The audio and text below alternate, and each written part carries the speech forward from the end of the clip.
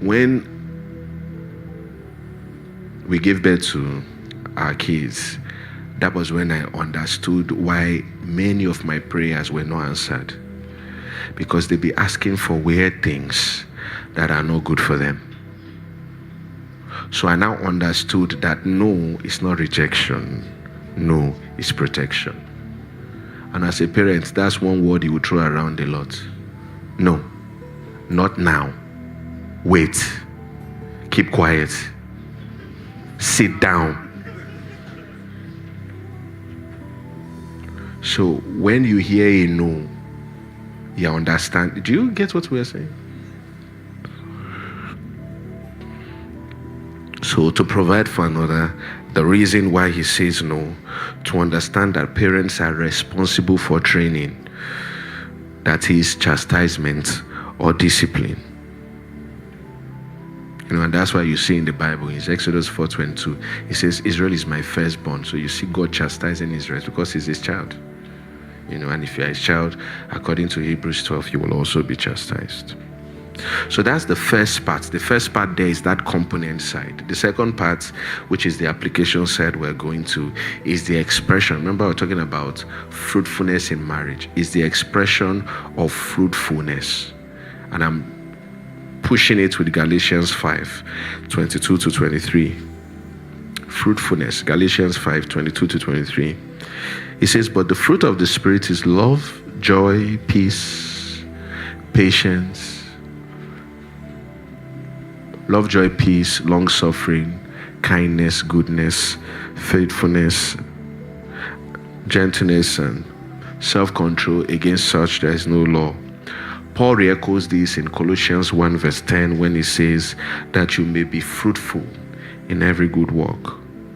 So the fruitfulness, number one, is pertaining to mandate and representation. The fruitfulness is also expressing the divine character. And that's the practical side. The Spirit reproducing the life of Christ within us. Look at 1 Corinthians 13:4. 1 Corinthians 13:4.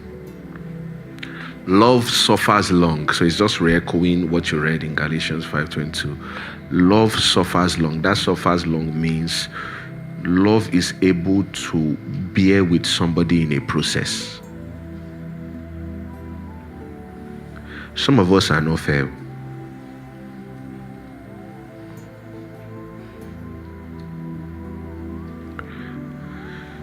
What took you 2 years to understand? You want to tell somebody in 10 minutes and they should change. This person has been like this for 29 years. All of a sudden, because they are staying with you, they should just... It's not like that.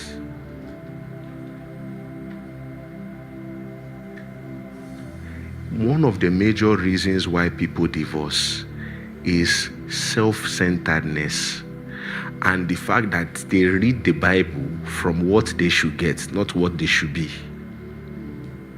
When people start reading love suffers long and is kind, love does not envy, love does not parade itself, it's not puffed up, what they are saying is this is how my spouse should be. He's talking to you.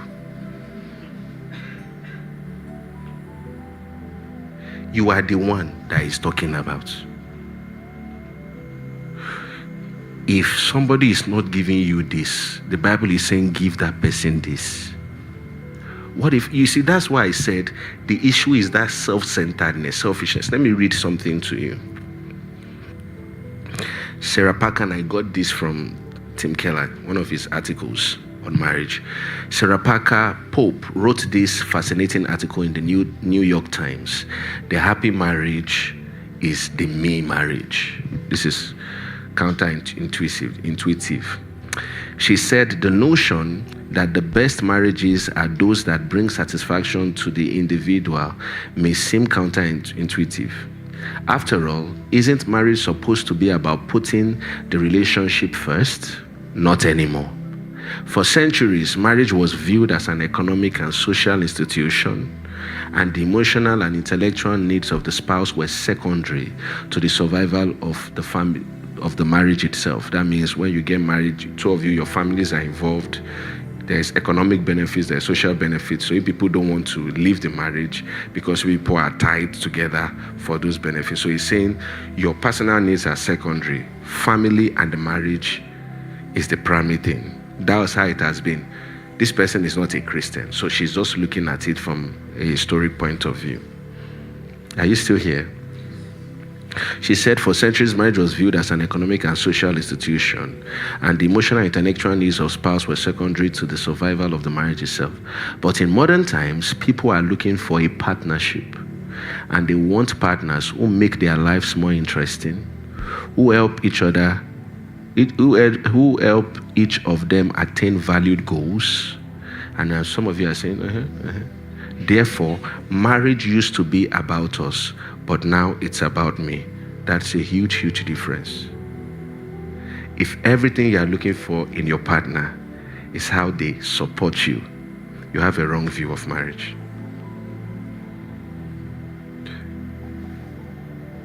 You know that term, what do you want in a spouse?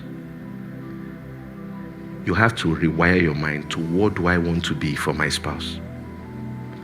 That thing, what do you bring to the table? You know, we say those nonsense things.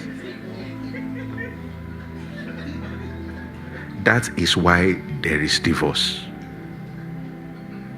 Because everybody wants to be happy. Everybody wants somebody that compliments them. There are some people that can't date somebody because of picture. He's shorter than me. That's the voice of foolish reasoning. If you marry a tall person that is tearing you slap from above, I told you, you will laugh after. You will know that. You see, when you read the story of Jacob and Leah, you see a mystery. And I'm advising girls.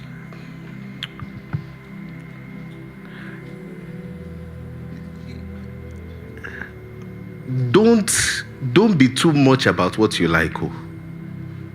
The blessing of God is that you find a man that loves you more than you love him. Because look at this. When God said, let men love and let women submit, He touched us in our area of challenge. Because women will struggle with submission, so He touched you with that area of challenge, and men will struggle with love because men's love is very, very, unstable, attraction. Do you understand what I'm saying? And the love that God is demanding from the man, He now told him, He said, you must be ready to die for her. That kind of love, God is also trying to touch the heart of that man.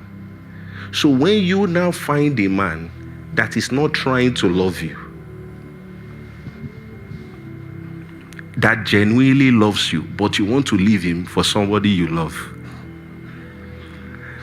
you are going to struggle. You will be like Leah. You will be fighting for validation. If you like, don't listen.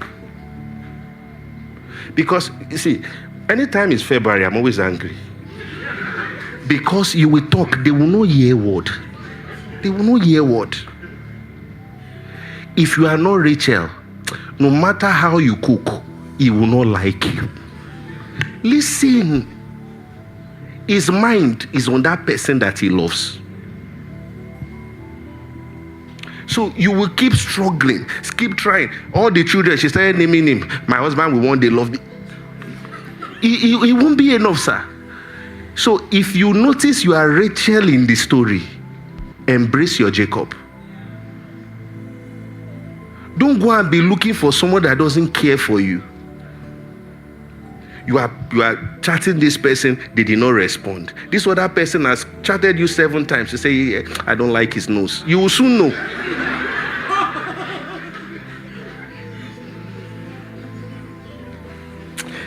PD doesn't have beers. Whatever happened, beer it. Stanley Howard at Duke University made this classic statement. Look at this. He says, the assumption is that there is someone just right out there for you to marry, and that if you look closely enough, you will find that that right person. This assumption overlooks a critical aspect of marriage. It fails to appreciate the fact that you will always marry the wrong person. It's a conclusive statement, and I agree. You will always marry the wrong person. Look at why. We never know who we marry, because they themselves don't know themselves in marriage. So it's not fraud that they are changing. They are in a different terrain. So who you met before marriage is not who you will be with in marriage. They also don't know their version in marriage. We never know who we marry. We just think we do. Or even if we first marry the right person, just give it a while and he or she will change. For marriage being the enormous thing that it is, means you are not the same person after you entered it. See what, because you look at this prospective person, you say, this person is characterized by XYZ, great, marry.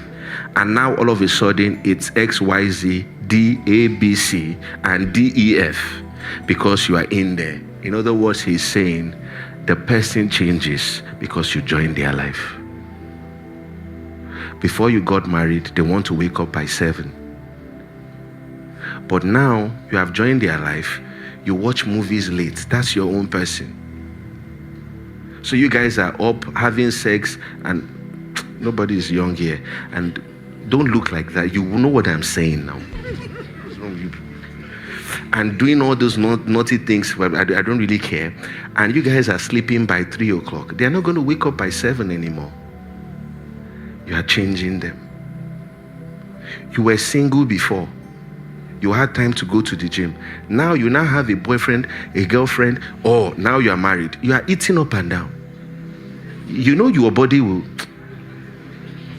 You get what I'm saying? Your body will change. You are wondering, bro, this was how you were when I married you. We have eaten ice cream 6 times. And you say I will not change? Do you get what we are saying? So some people are not practical. I'm telling you. You are laughing, but you're understanding.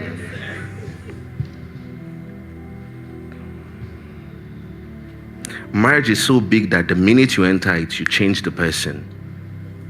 The primary challenge of marriage throughout this course of marriage is learning to love and care for the stranger you often find yourself married to. And then he said this, and I feel like this is something I should even frame. He said, as I look back on when Jesus, do I give this example? Okay, or die and I die. As I look back on when I and my wife first held hands before we were married, this is Tim Keller speaking, I realized that the initial thrill was not born out of the magnitude of my love for her, but rather from the flattery of her choosing me. Listen to what he said. And I think this is true of all of us, because I thought about it, I said, this is amazing. He said the excitement was less about, oh, I really love this person, and more about the flattery of her choosing me. The excitement was less about, oh, I really love this person, and more about what it did for my ego. Someone I admired, someone I thought was wonderful, attractive, was finally responding to me. That feeling is not necessarily love. It is often ego. As C.S. Lewis writes in the Screwtape Letters, much of what humans call love is really hunger. An ego looking for feeling for emptiness. When someone's attention or affection fills that emptiness, we mistake the satisfaction of our pride for genuine love. I'll tell you a story. So, I knew of this guy. And maybe this month I will talk about it, the dangers of cohabitation. Once you start living with, okay. So there was this guy was dating this girl. They were dating for about 11 years. And obviously, you know what happened. They broke up now. Those things don't work. Once you start living with somebody, they've seen you. They are not going to marry you. Because the first thing that happens to you when you get married, you have a rush of, did I make a mistake? Because you are living with this person, you have seen everything about them. And since there is nothing legal, nothing covenantal backing you guys up, there's no way they are going to stay with you. They will dump you. They've seen the best of you. They have to try if there is something easier out there. It's just common sense. So, was dating this girl for about 11 years, and they stayed together for about 4 years. So they eventually broke up. And then we're having a conversation. So I asked him, I said, he said he's dating somebody now. I said, oh, amazing. He said, PD, I have never felt love before. It was just now I felt love. I said, wait. I said, so you are telling me that you spent 11 years of your life and you were not in love. He has forgotten the emptiness that she was feeling. It's 11 years. It's enough to forget how you first felt. He said, PD, no. I said, really? He said, this girl I'm currently dating now I know the meaning of love. So I said, wait, I want to ask you questions. I said, your ex-girlfriend, why was she staying with you? He said, I was financially responsible for her. I said, so he said, going to work, I had to give her. At a point she wasn't working, I was the one helping her. I said, I said, okay. So did you feel tired? He said, she was very lazy, blah, blah, blah, blah. Things that you married people say. This and this and that. So I asked him up front. I said, and you guys were having a lot of sex. He said, we are staying together, PD, I can't lie. I said, okay. I said, this new girlfriend, how long have you been together? He said, 4 months. I said, and you feel love? He said, yes. Remember what this man said? He said, it's hunger that they are mistaken for genuine love. I said, have you slept with her? He said, no. Follow me. Have you slept with her? He said, no. I said, is she richer than you? He said, yes. I said, do you feel privileged that she's dating you? He said, absolutely. I said, that's what you feel. It's not love. You are satisfied with the idea that somebody so high like that can stoop so low to be with you. That feeling is fueling your ego. Don't mistake it for love. And listen, I'm telling you so you will not be a casualty of somebody's ego. Listen, if you put yourself down, they will trample upon you.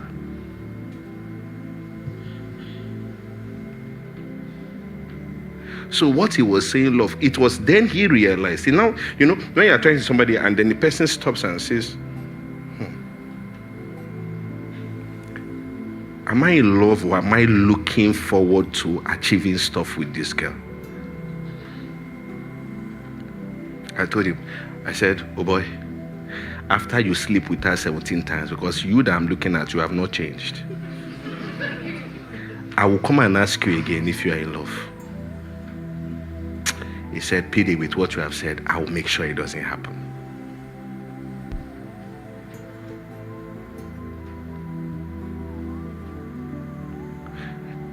Listen, I'm saying it now because you can meet somebody in church and feel like you have hit a jackpot.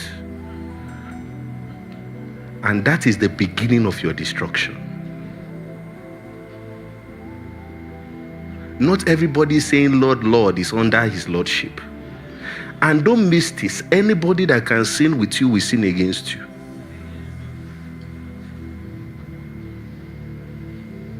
Anybody that sins with you will sin against you. Why should you trust somebody to not cheat on you if they were sleeping with you before you married? it's not smart to trust that person. Because during your courtship, they displayed that they don't have self-control. I can't trust you. The premise I had to test you, we failed. So it means if you are pushed to the wall and I'm not there, I'm just trying to make a defense for having a sane relationship. If you like, I don't know, I told you. They will not hear. Come here, you will see now that they will not hear. They will still come back.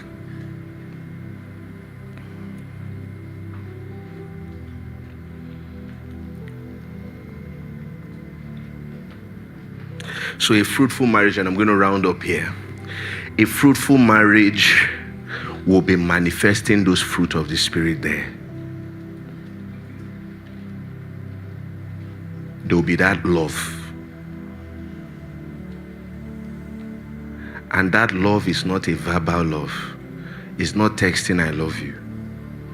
That love is how you treat me when you are angry. That God is angry with sin, but still came to die for sinners. Are you getting what I'm saying? That God is angry with sin, but he still came and died for sinners. You see, there are many mad people walking the streets. They call them Werialasho in my language. It means mad people dressed properly. Look here. One girl, she was in labor. I'm telling you real life story. She and her husband were fighting. They had misunderstanding. And she entered labor. They were keeping malice before the labor. And he left her. And she was in labor. It was the neighbor that came to carry her to the hospital. He said, Shebi, she's not talking to me. And that girl might have been praying, husband, Lord, husband, Lord, husband, Lord. And that goat will come, she will dance. Imagine that kind of darkness. Oh, do we want to talk about people that are very functional in church? They serve, loving people in church, and they are not talking to their spouse.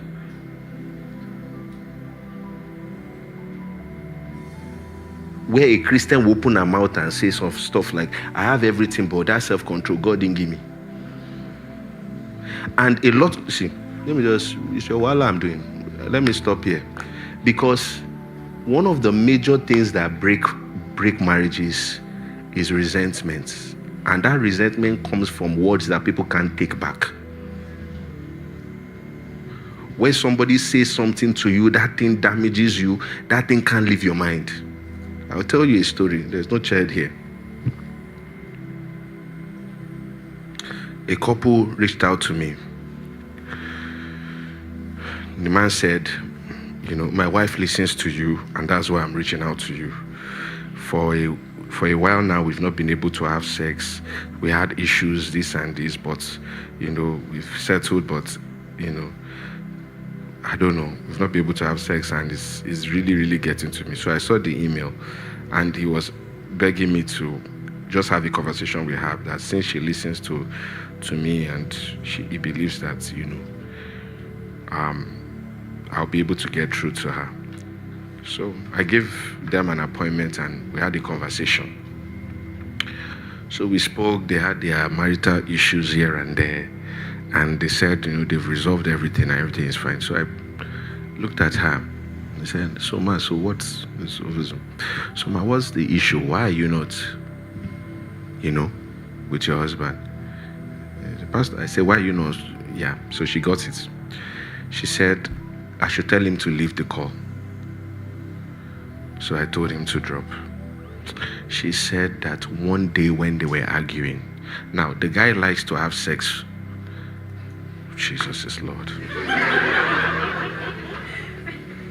He likes to have sex from the backside, not that side. Oh.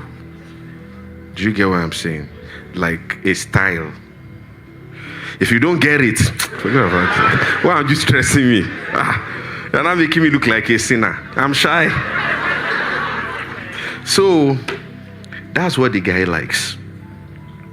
And whatever they are doing, he will always just want to get her to be in that position.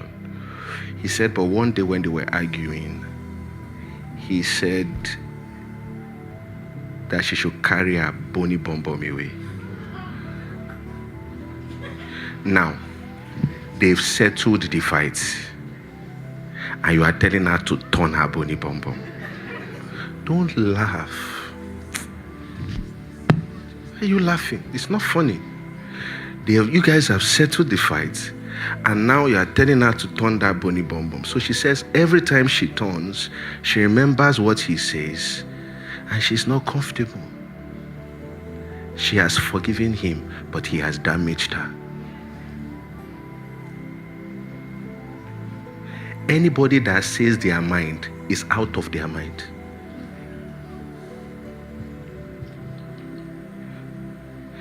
You see, religion that doesn't bridle tongue is not religion. James, he summarized being pious to controlling your mouth. If you are the kind that must get it off your chest, I must say my mind, you have not known Christ. You have not learned Christ. You have not learned Christ. And a lot of people that have this thing I'm talking about, this sharp mouth, they are always defensive. They want to talk, and you because you are not ready to work on yourself, because it's also mouth, you'll be transferring trauma and talking jargons. Why not keep quiet and think before you talk? You go and tell somebody, I regret the day I met you.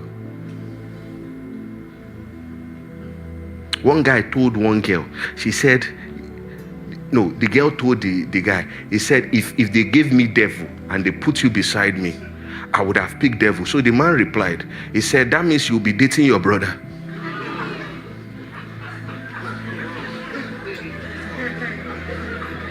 That's what they call basbos. Say yes. If they put devil here and they put you, I'll pick devil. So the guy said, yeah, so you are dating your brother because you are also behaving like devil. It's your family. People, you open your mouth, somebody that you married, you open your mouth and you describe the person's life and water them down and say they are nothing without you. You know what God does to people like that? Because you are hey God, you are putting yourself as Pharaoh.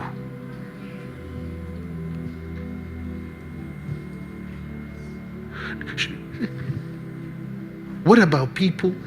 You see, if we only want to have conversation about the mouth, people that will be lying.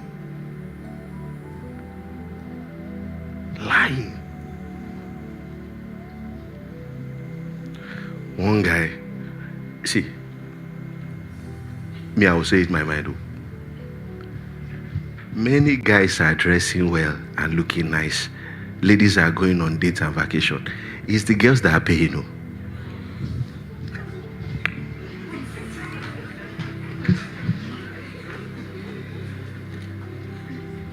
You don't have job, you are entitled.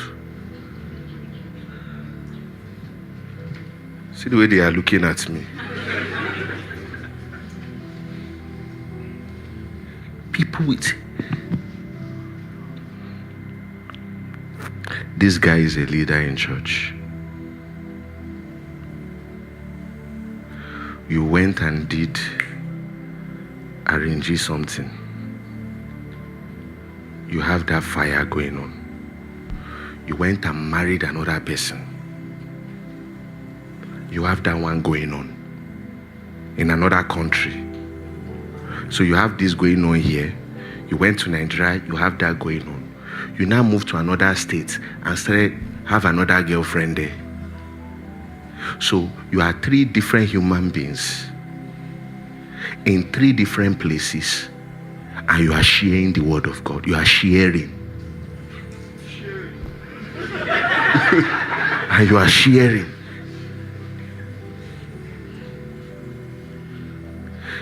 can't be well with you. No, it's not curse. Why are you laughing now? It can't be well with you. And you are wondering why there is regression. You are wondering why. Come on. These are the issues that we are facing in church. Where people will be acting like, and you see, that's why when you are a pastor can identify sheep, wolf in sheep clothing. But sheep cannot identify wolf because sheep is not seeing the face. Pastor is standing in front of them. Sheep is feeling the body. And to sheep, it is sheep.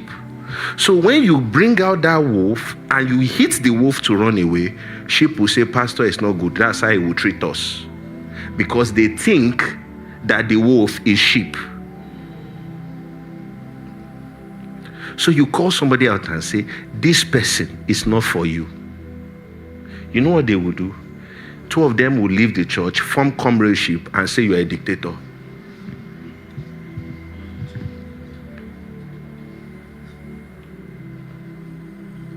So what they will be spreading is that you want to determine what's happening in the church. You want to. Meanwhile, listen. After 18 months, you have come back. Because wolf will be wolf. If your parent is telling you, check again. Pastor is telling you, check again. Check again.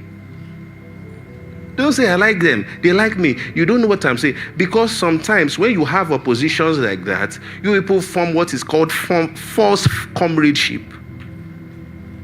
You start having each other's back and ignoring the red flags. Let's rise.